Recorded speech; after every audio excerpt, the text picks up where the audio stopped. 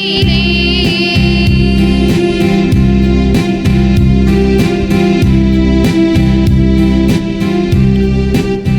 மகன் தூய ஆவியானவரின் பெயராலே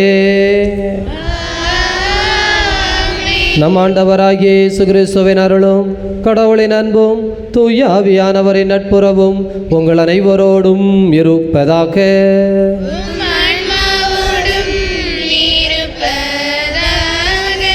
ஆண்டவருடைய அன்பு குழந்தைகளே, இந்த தூய அந்தோணியார் நவநாள் திருப்பலியில் நம்மோடு இணைந்து வாடியூரை சார்ந்த மரிய அடைக்கலம் பாக்கிய செர்லின் குடும்பத்திற்கு இறைவன் இதுவரை செய்த எல்லா நன்மைகளுக்கும் நன்றியாக ஒப்புக் கொடுக்கிறார்கள். ஃபினோலின் நேஷா, ஜினோலின் நேஷா கல்வி ஞானத்திலே ஒழுக்கத்திலே சிறந்து விளங்க வேண்டும் என்றும், தாய் தந்தையரை ஆண்டவர் உடல் உள்ள சுகத்தோடு வழி நடத்த வேண்டும் என்றும், 6வது பிறந்த நாளை கொண்டாடுகிற ஜினோலினாவை இறைவன் நிறைவாக ஆசீர்வதிக்க வேண்டும் என்றும், விவசாயம் கால்நடைகள் செழிக்க வேண்டும் என்றும் ஒப்புக் கொடுக்கிறார்கள். பாளையங்கோட்டை கேடிசி நகரை சார்ந்த பிரகாஷ் ஜபா குடும்பத்திற்கு இறைவன் செய்த நன்மைகளுக்கு நன்றி கூறுகிறார்கள். 10வது ஆண்டு திருமண நாள், தொடர்ந்து தேவ ஆசீர்வாதம் குடும்பத்திலே நிலைத்திருக்க வேண்டும் என்பதற்காகவும் அனைவரையும் வழி நடத்த வேண்டும் என்றும், லிஜோ ராஜ் ஷெரோமி லீமா படிப்பு ஞானத்திலே சிறந்து விளங்க வேண்டும் என்பதற்காகவும் தொடர்ந்து தேவ ஆசீர்வாதத்திற்காக ஜெபிக்கிறார்கள். இறைவன் செய்த எல்லா நன்மைகளுக்கும் நன்றியாகவும், தொழில் ஆசீர்வதிக்கப்பட வேண்டும் என்றும், குடும்ப சமாதானத்திற்காகவும், குழந்தைகள் இறை ஞானத்தும் ஒழுக்கத்திலே சிறந்து விளங்க வேண்டும் என்பதற்காகவும் ஒப்பு கொடுத்து ஜெபிக்கிறார்கள்.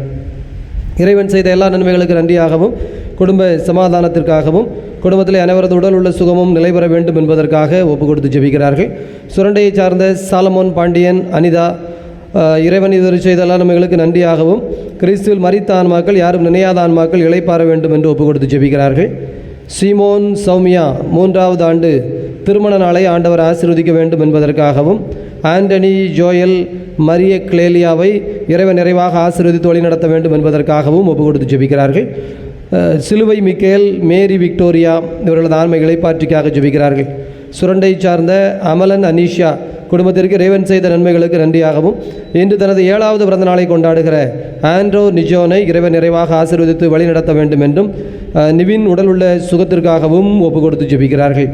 விகே புதூர் மீ ஆரோக்கிய ராஜ் இறைவன் இதுவரை செய்த எல்லா நன்மைகளுக்கு நன்றியாகவும், மரிய ஆல்வின்சி மைக்கேல் ஆத்மிகா இறைஞானம் கல்வி ஞானத்திலே சிறந்து விளங்க வேண்டும் என்றும், ஆண்டவருடைய அருளால் புதிய இல்லம் சிறப்பான முறையில் கட்டி முடிக்கப்பட வேண்டும் என்றும், அனைவரது உடல் உள்ள சுகத்துக்காகவும், 5வது ஆண்டு நினைவிலே மரிய மதலேன் அம்மாள் ஆன்மையை இளைப்பாற்றிக்காகவும், கிறிஸ்துவுக்குள் மரித்த ஏனைய ஆன்மாக்கள் மிக்கேல் வேதமாணிக்கம் சுசையப்பர் சுசையம்மாள் மரிய மிக்கேல் அன்னம்மாள் அமிர்தராஜ் இவர்களது ஆன்மை இளைப்பாற்றிக்காகவும் ஒப்பு கொடுத்து ஜெபிக்கிறார்கள். நாமும் தெய்வீக அருளால் நிரப்பப்படுவதற்காக இந்த பலியை ஒப்புக் கொடுப்போம். நவநாள் பலியிலே ஆண்டவரது அருள் பெறுவதற்கு தடையாக இருக்கிற குற்றம் குறைகளை நினைத்து மனம் அருந்தி மன்னிப்பு கேட்போம். எல்லாம் வல்ல இறைவனிடமும் சகோதர சகோதரிகளே உங்களிடமும் நான் பாவி என்று ஏற்றுக்கொள்கிறேன். ஏனெனில் என் சிந்தனையாலும் சொல்லாலும் செயலாலும் கடமையை தவறியதாலும் பாவங்கள் பல செய்தேன். என் பாவமே என் பாவமே என் பெரும்பாவமே. ஆகையால் எப்பொழுதும் கன்னியான புனித மரியாவையும் வானதூதர் புனிதர் அனைவரையும் சகோதர சகோதரிகளை உங்களையும் நம் இறைவனாகிய ஆண்டவரிடம் எனக்காக வேண்டிக் கொள்ள மன்றாடுகிறேன். வல்ல கடவுள் நம் மீது இரக்கம் கொண்டு நம் பாவங்களிலிருந்து விடுவித்து நம்மை நிலை வாழ்வு களைத்து செல்வாராக. ஆமென்.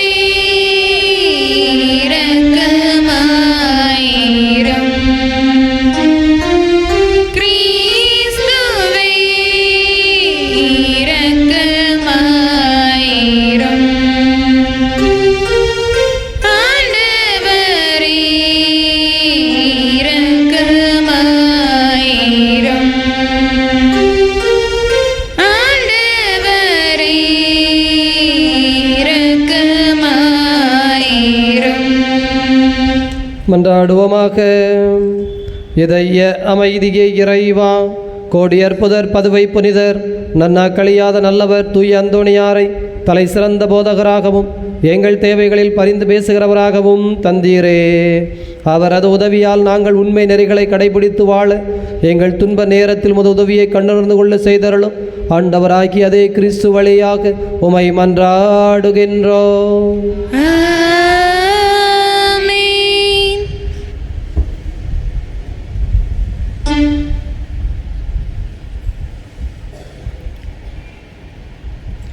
எபிரியருக்கு எழுதப்பட்ட திருமுகத்திலிருந்து வாசகம்.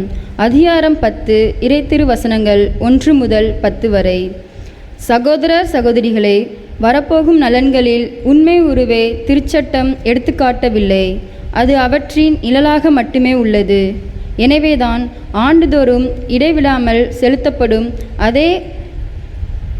அதே பலிகளால் வழிபட வருபவர்களே நிறைவுள்ளவர்களாக அதற்கு வலிமை இல்லை. அவ்வாறு இருந்திருந்தால் பலி செலுத்துவது நின்றிருக்கும் அல்லவா? ஏனெனில் வழிபடுபவர்கள் ஒரே முறையில் தூய்மை அடைந்திருந்தால் பாவத்தை பற்றிய உணர்வே அவரிடம் இராது. மாறாக பாவங்கள் நீங்கவில்லை என்பதை அந்த பலிகள் ஆண்டுதோறும் நினைவுபடுத்தி கொண்டே இருக்கின்றனர். ஆம், காளைகள், வெள்ளாட்டு கிடாய்கள், அவற்றின் இரத்தம் பாவங்களை போக்க முடியாது. அதனால்தான் கிறிஸ்து உலகிற்கு வந்தபோது பலியையும் காணிக்கையும் நீர் விரும்பவில்லை, ஆனால் ஒரு உடலை எனக்கு அமைத்து தந்தீர். எரிபலிகளும் பாவம் போக்கும் பலிகளும் உமக்கு உகந்தவை அல்ல. எனவே நான் கூறியது, என் கடவுளே, உமது திருவுளத்தை நிறைவேற்ற இதே வருகின்றேன். என்னை குறித்து திருநூல் சுருளில் எழுதப்பட்டுள்ளது என்கிறார். திருச்சட்டப்படி செலுத்தப்பட போதிலும் நீர் பலிகளையும் காணிக்கைகளையும் எரிபலிகளையும் பாவம் போக்கும் பலிகளையும் விரும்பவில்லை. இவை உமக்கு உகந்தவை அல்ல என்று அவர் முதலில் கூறியிருக்கிறார். பின்னர் உமது திருவுளத்தை நிறைவேற்ற இதோ வருகின்றேன் என்கிறார். பின்னையதை நிலைக்கச் செய்ய முன்னையதை நீக்கிவிடுகிறார். இந்த திருவுளத்தால் தான் இயேசு கிறிஸ்து ஒரே ஒரு முறை தம் உடலை பலியாக செலுத்தியதன் மூலம் நாம் தூயவர் ஆக்கப்பட்டிருக்கின்றோம். இது ஆண்டவர் வழங்கும் அருள்வாக்கு.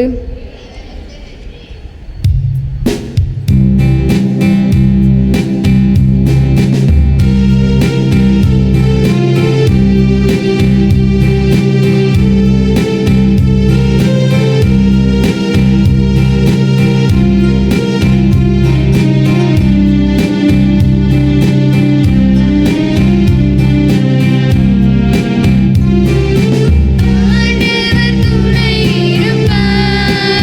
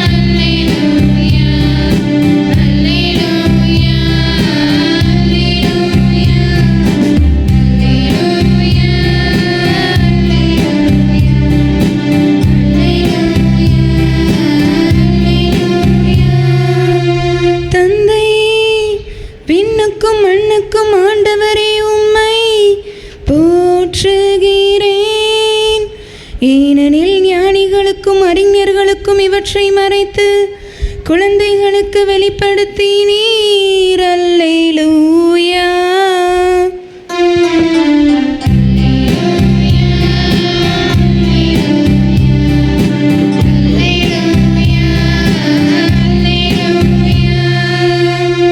ஆண்டவர் உங்களோடு இருப்பாராக.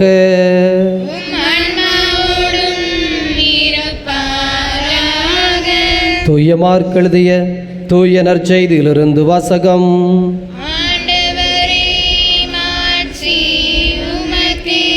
தூய மார்க் எழுதிய தூய நற்செய்தி 3வது அதிகாரம். ஆண்டவருடைய வார்த்தைகள் 31 முதல் 35 முடிய. அக்காலத்தில் இயேசுவின் தாயும் சகோதரர்களும் வந்து வெளியே நின்று கொண்டு அவரை வரச் சொல்லி ஆள் அனுப்பினார்கள். அவரை சூழ்ந்து மக்கள் கூட்டம் அமர்ந்திருந்தது. அதோ உம் தாயும் சகோதரர்களும் சகோதரிகளும் வெளியே நின்று கொண்டு உம்மை தேடுகிறார்கள் என்று அவரிடம் சொன்னார்கள். அவர் அவர்களை பார்த்து, என் தாயும் என் சகோதரர்களும் யார் என்று கேட்டு தம்மை சூழ்ந்து அமர்ந்திருந்தவர்களை சுற்றிலும் பார்த்து, இதோ என் தாயும் என் சகோதரர்களும் இவர்களே, கடவுளின் திருவுளத்தை நிறைவேற்றுகிறவரே என் சகோதரரும் சகோதரியும் தாயும் ஆவார் என்றார். ஆண்டவரின் அருள்வாக்கு.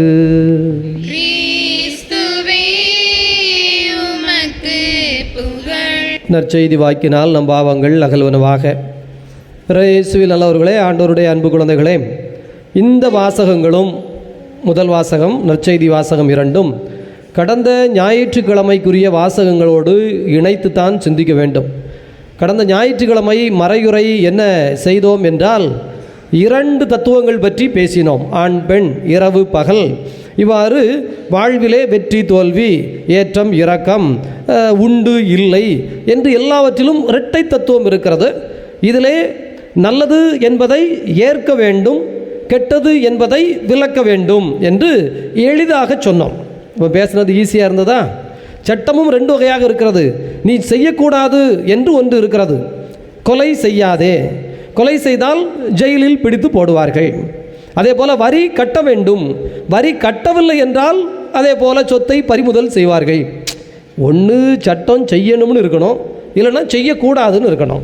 என்ன சில விஷயத்தை செய்யணும், சில விஷயத்தை செய்யக்கூடாதுன்னு இருக்கிறது அப்படின்னா வாழ்வு அதுதான். பாசிட்டிவும் இருக்கிறது, நெகட்டிவும் இருக்கிறது. நேர்மறையை ஏற்க வேண்டும், எதிர்மறையை விலக்க வேண்டும். ஆனால் கடந்த ஞாயிற்றுக்கிழமை பிரசங்கம் பார்த்துவிட்டு யூடியூப்பிலே 2-3 பேர் ஃபோன் செய்து விட்டார்கள். ஃபாதர், ரொம்ப தத்துவ ரீதியாக ஒன்றை சொல்லியிருந்தீர்கள், ரொம்ப ஒரு மாதிரி ஃபிலாசபி மாதிரி, இந்த உலகம் என்பது இரட்டை தத்துவத்தால் இயங்குகிறது, எனவே இரட்டை தத்துவங்கள் குறித்து என்று சொல்லிக்கிட்டே இருந்தீங்க. அப்போது அன்பு வெறுப்பும் ஒன்றா ஃபாதர்?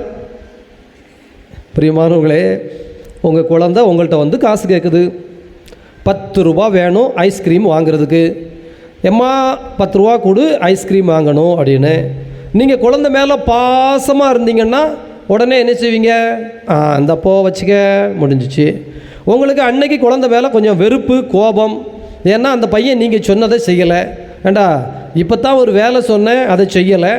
அல்லது இன்றைக்கி நீ மார்க் ஷீட் கொண்டு வந்திய, என்ன மார்க் வச்சுருந்தேன், ஏதோ ஒரு கோபம் அல்லது வெறுப்பில் நீங்கள் இருந்தீங்க. 10 ரூபா தர முடியாது அப்படின்னு நீங்கள் சொல்லிட்டீங்க. அந்த பையன் என்ன செய்வான்? சரிம்மா, நீ என் மேலே கோபமாக இருக்க, நீ எதிர்பார்த்தபடி இல்லை, அதனால் எனக்கு நீ 10 ரூபா தர வேண்டாம் அப்படின்னு போவானா? அவன் அழுவான், புலம்புவான், ஆர்ப்பாட்டம் பண்ணுவான். உங்களுக்கு கொஞ்சம் கொஞ்சமாக ஏற்கனவே ஒரு கோபம் இருக்குல்ல, ஏற்கனவே ஒரு வெறுப்பு இருக்குல்ல, அந்த வெறுப்பை இன்னும் அதிகப்படுத்துறதுக்கு என்னெல்லாம் செய்யணுமோ அதெல்லாம் செய்வான். கடைசியாக நீங்கள் என்ன பண்ணுவீங்க? 10 ரூபாயை தூக்கி இந்தா போ ஐஸ்கிரீம் வாங்கி தொலை, என்னையே தொல்லை பண்ணாத. அன்பும் வெறுப்பும் எதை செய்யணுமோ அதை செஞ்சுதா செய்யலையா? பிரியமானவர்களே, வெறுப்பினால் கொலை செய்வார்கள் அப்படின்னு நீங்கள் நினைக்கிறீங்க. ஜெயிலில் சில ஆட்கள் நாங்கள் கவுன்சிலிங்காக போகிற பொழுது ஓவர் அன்பு என்பார்கள், பொசசிவ்னஸ். அந்த அன்பினால் கொலை செய்தவர்களும் இருக்கிறார்கள். இருக்கா இல்லையா? ஒரு புறமாய் காதலித்தேன், அதனால் கொலை செய்தேன், எனக்கு பதில் அன்பு கிடைக்கவில்லை என்று. அப்போ வெறுப்பு செய்ததை அன்பும் செய்தது தானே. பிரியமானவர்களே, கவனத்தோடு தான் இருக்க வேண்டும். இந்த இரட்டை தத்துவம் என்பது உள்ளே வெளியே ரெண்டு விதம், 2 தன்மை. காமெடியாக சொல்லுவாங்களா, ஒருத்தன் தண்ணியில் என்னது கிடந்து தத்தளிச்சானா நீச்சல் தெரியாதுன்னு. ஐயோ எனக்கு நீச்சல் தெரியாது எவனாவது காப்பாற்றுன்னு. கரையில் நின்றவனும் சொன்னான், டேய் எனக்கும் நீச்சல் தெரியாது, நான் சத்தம் போடலை, நீ ஏன் சத்தம் போடுற? காமெடி இல்லாது தத்துவம். என்ன தத்துவம்? தண்ணியில் இருக்கவன் சத்தம் போட்டு தான் ஆகணும். அவனுக்கு நீச்சல் தெரியட்டா அது சாவு.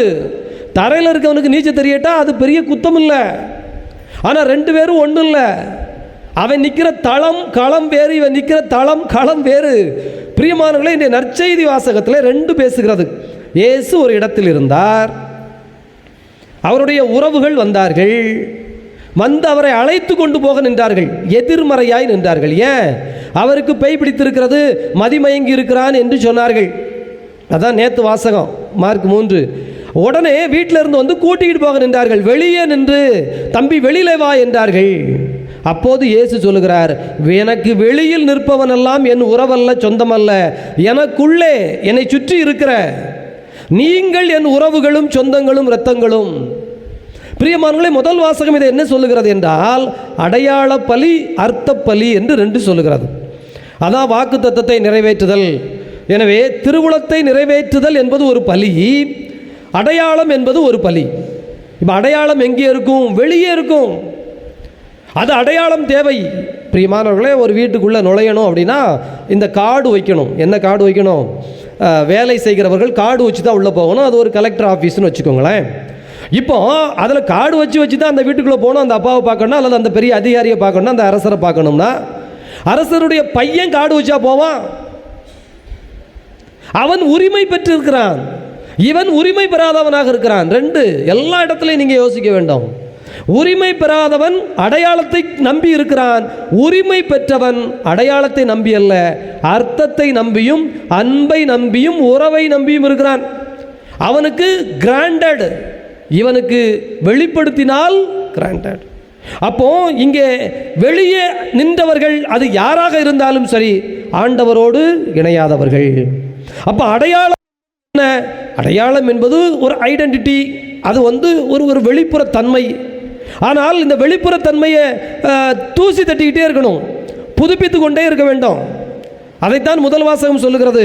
இதோ எரிபலி, பாவம் போக்கும் பலி, எல்லா பலிகளுமே ஆண்டுக்கு ஒரு முறை குருவானவர் உங்களுக்காக ஏன் செய்ய வேண்டும் என்றால் அது அடையாள பலி.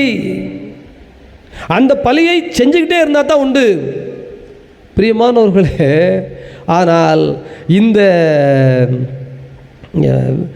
திருவுளத்தை நிறைவேற்றுதல் என்கின்ற ஒரு பலி இருக்கிறது. அதை கிறிஸ்து ஒரே முறை செய்தார். ஆகவே அவர் எப்போதும் பலி செலுத்த வேண்டிய தேவையில்லை. திருமண நாள் வருகிறது. திருமண நாள் ஒவ்வொரு வருடமும் என்ன செய்வார்கள்? திருமண நாளை கொண்டாடுவதற்காக கணவன் மனைவி ரெண்டு பேரும் பரிசு பரிமாறிக்கொள்வார்கள். ஒருவருக்கு ஒருவர் ஏதாவது உடை எடுத்து கொடுப்பார்கள், ஏதோ செய்வாங்க, அதெல்லாம் ஓகே. இது வருஷந்தோறும் பண்ணணும். ஆனால் அதுக்காக வருஷந்தோறும் கோயிலில் போய் தாலி கட்டுவாங்களா? இல்லை, அது ஒரே முறைதான். அந்த நிகழ்வு என்பது ஆயுளுக்கும் முறிக்கப்படாது. ஆனால் ஒருவருக்கொருவர் இந்த அடையாளப்படுத்துதல், நான் உன் கணவன், நீ என் மனைவி, நான் உன்னை அன்பு செய்கிறேன், நீ என்னை அன்பு செய்கிறாய், இதோ என்னுடைய பரிசு, இதோ உன்னுடைய பரிசு என்று அந்த பரிமாறுவது இருக்கு இல்லைங்களா, அது ஆண்டுதோறும் நடைபெறும். அப்போ அடையாளம் இல்லைன்னா என்ன? சண்டை வரும்.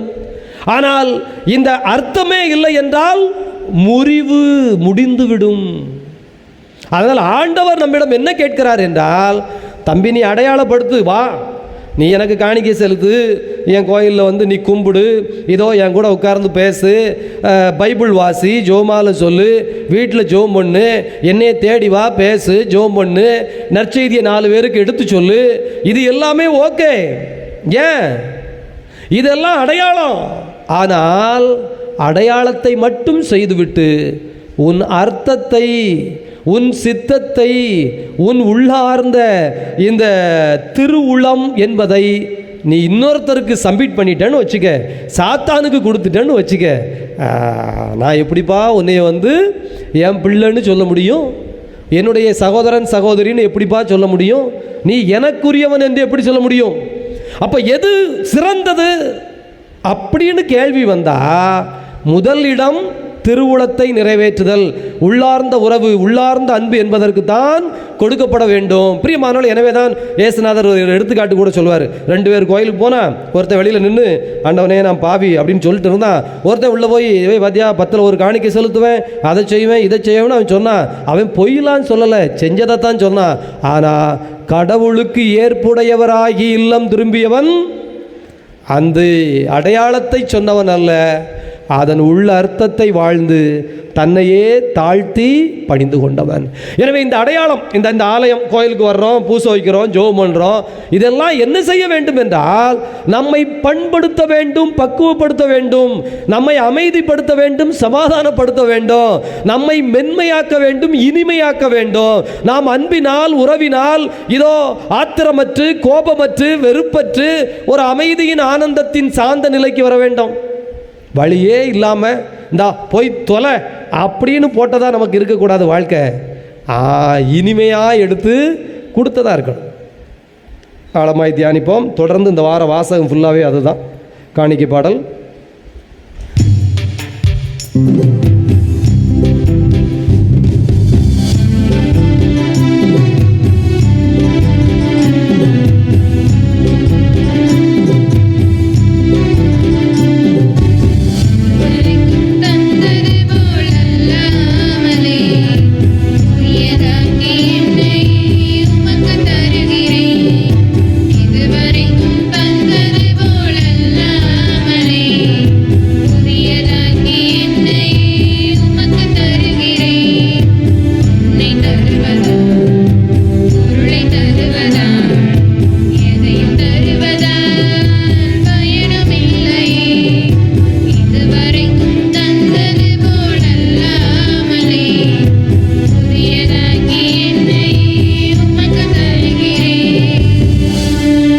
சகோதர சகோதரிகளே, உங்களுடையதும் என்னுடையதுமாக ஒப்புக் கொடுக்கப்படுகின்ற இப்பலி எல்லாம் வல்ல தந்தையாக இறைவனுக்கு ஏற்புடையதாகும்படி மன்றாடுங்கள்.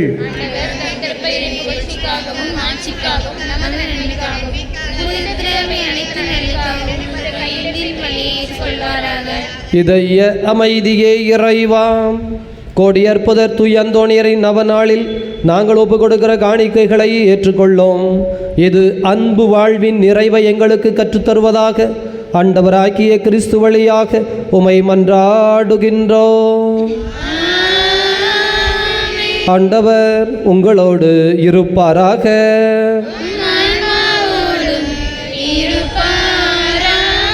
இதயங்களை மேலே எழுப்புங்கள். நம் இறைவனாகிய ஆண்டவருக்கு நன்றி கூறுவோம். ஆண்டவரே, தூயவரான தந்தையே, என்று வாழும் இறைவா, நாங்கள் உமக்கு நன்றி செலுத்துவது எங்கள் கடமையும் மீட்பிற்குரிய செயலும் ஆகும். ஏனெனில் கிறிஸ்து பெருமான் எங்களுக்காக மனிதனாக பிறந்தார். பாவம் தவிர மற்ற அனைத்திலும் எங்களைப் போல வாழ திருவுளமானார். சிலுவையில் சாவை வென்று உயிர்ப்பு உண்டென்று விளங்கச் செய்தார். விண்ணகத்தின் கதவை திறந்தார். ஆகவே விண்ணகத் தூதரோடு இணைந்து போற்றி புகழ்ந்து அக்களித்து நாங்கள் பாடுவதாவது: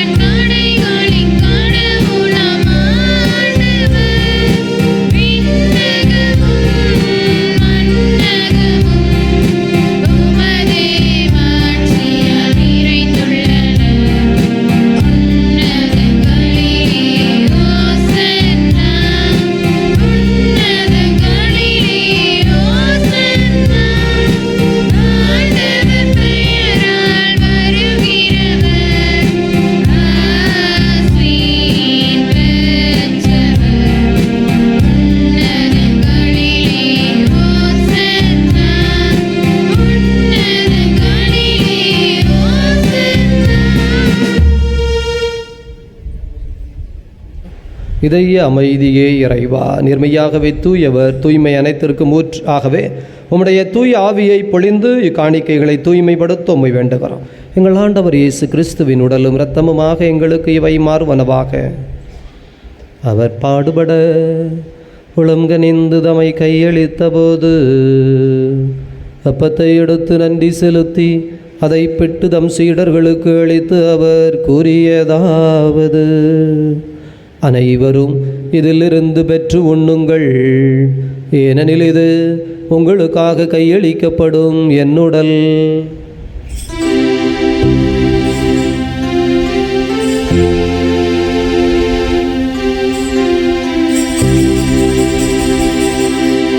அவ்வண்ணமே இரவு விருந்தை அருந்தியபின் கிண்ணத்தை எடுத்து மீண்டும் உமக்கு நன்றி கூறி தம் சீடர்களுக்கு அளித்து அவர் கூறியதாவது: அனைவரும் இதிலிருந்து பெற்று பருகுங்கள், ஏனெனில் இது புதிய நிலையான உடன்படிக்கைக்குரிய என் இரத்தத்தின் கிண்ணம். இது பாவ மன்னிப்புக்கென்று உங்களுக்காகவும் பலருக்காகவும் சிந்தப்படும். இதை என் நினைவாக செய்யுங்கள்.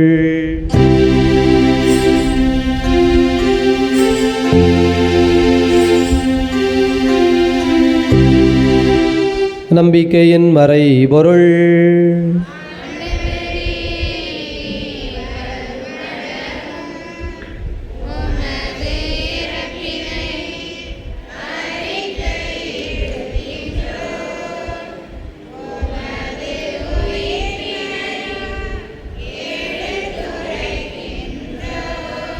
ஆகவே ஆண்டவரே, நாங்கள் கிறிஸ்துவின் இறப்பினையும் உயிர்ப்பினையும் நினைவு கூர்ந்து வாழ்வதரும் அப்பத்தினையும் மீட்பளிக்கும் கிண்ணத்தினையும் ஒப்புக் கொடுக்கின்றோம். உம் திருமுன் நின்று ஊழியம் புரிய தகுந்தவர்களை எங்களை ஏற்றுக்கொண்டீர். எனவே உமக்கு நன்றி செலுத்துகிறோம். மேலும் கிறிஸ்துவின் உடலிலும் இரத்தத்திலும் பங்கு கொள்ளும் எங்களை தூய ஆவியானவர் ஒன்று சேர்க்க வேண்டுமென உம்மை தாழ்மையுடன் மன்றாடுகிறோம். ஆண்டவரே, உலகம் முழுவதும் பரவி இருக்கும் அவையை நினைவு கூர்ந்தருளும். சிறப்பாக எங்கள் திருத்தந்தை பிரான்சிஸ், எங்கள் ஆயர் அந்தோணிசாமி, மத அன்பின் குழந்தைகள் அனைவரையும் தெய்வீக அன்பினால் நிறைவு பெறச் செய்தருளும். உயிர்த்தெழுவோம் என்கின்ற எதிர்நோக்குடன் கிறிஸ்துவில் மரித்த சிலுவை மிக்கேல், மேரி விக்டோரியா, மரிய மதலின் அம்மாள், மிக்கேல், வேதமாணிக்கம், சூசையப்பன், சூசையம்மாள், மரிய மிக்கேல், அன்னம்மாள், அமிர்தராஜ் இவர்களது ஆன்மாவையும் ஒளி நிறைந்தவும் திருமுன் ஏற்றுக்கொள்ளும் எங்கள் அனைவர் மீதும் இரக்கமாயிரு. கடவுளின் கன்னித்தாயான மாட்சிமிக்க மரியாள், புனித அப்போஸ்தலர், இவ்வுலகில் உமக்கு உகந்தவராயிருந்த புனிதர் அனைவருடனும் நாங்கள் இலைவாழ்வில் பங்கு கொள்ளும் தகுதி பெற்று உம் திருமகன் இயேசு கிறிஸ்து வழியாக உம்மை புகழ்ந்தேத்து வரமருள உம்மை மன்றாடுகிறோம். இவர் வழியாக இவரோடு இவரில் எல்லாம் வல்ல இறைவனாகிய தந்தையே, தூயாவியானவரின் ஒன்றிப்பில் எல்லா புகழும் ஆட்சியும் என்றென்றும் உமக்கு உரியதே.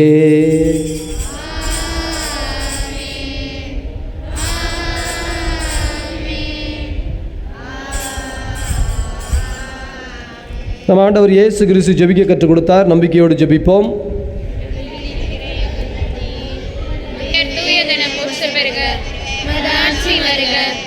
திருவுளம் விண்ணுலகில் நிறைவேறுவது போல மண்ணுலகிலும் நிறைவேறுக.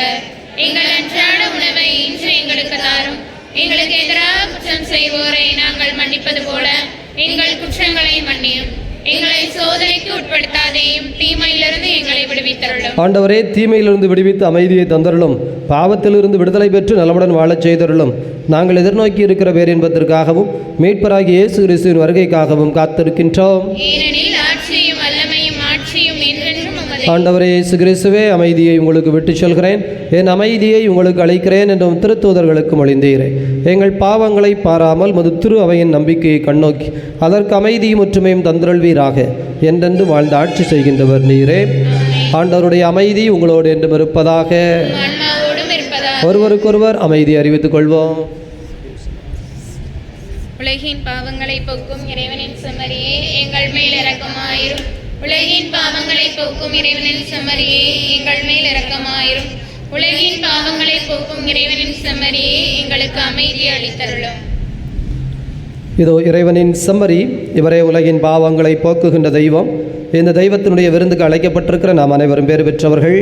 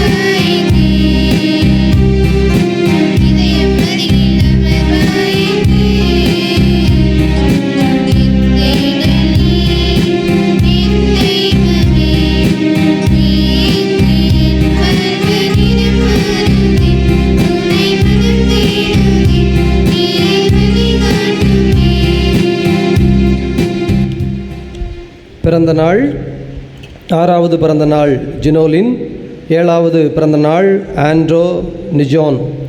திருமண நாள் 3வது ஆண்டு திருமண நாள் சீமோன் சௌமியா. பிரகாஷ் ஜபா 10வது திருமண நாள். இவர்களுக்கான வாழ்த்துக்களை கரவொலி மூலமாக நாம் தெரிவித்துக் கொள்வோம். மன்றாடுவோமாக. இதய அமைதியே இறைவாம், தெய்வீக திரு அருள் இத்திருப்பலியில் நாங்கள் பெற்றுக்கொண்ட விருந்திற்காய் உமக்கு நன்றி கூறுகிறோம். இத்திரு அருளின் ஆற்றலால் எங்கள் வாழ்வு உமது பேரின்பத்தால் நிரப்பப்படுவதாக. ஆண்டவராக்கி அதே கிறிஸ்து வழியாக உமை மன்றாடுகின்றோம். ஆண்டவர் உங்களோடு இருப்பாராக.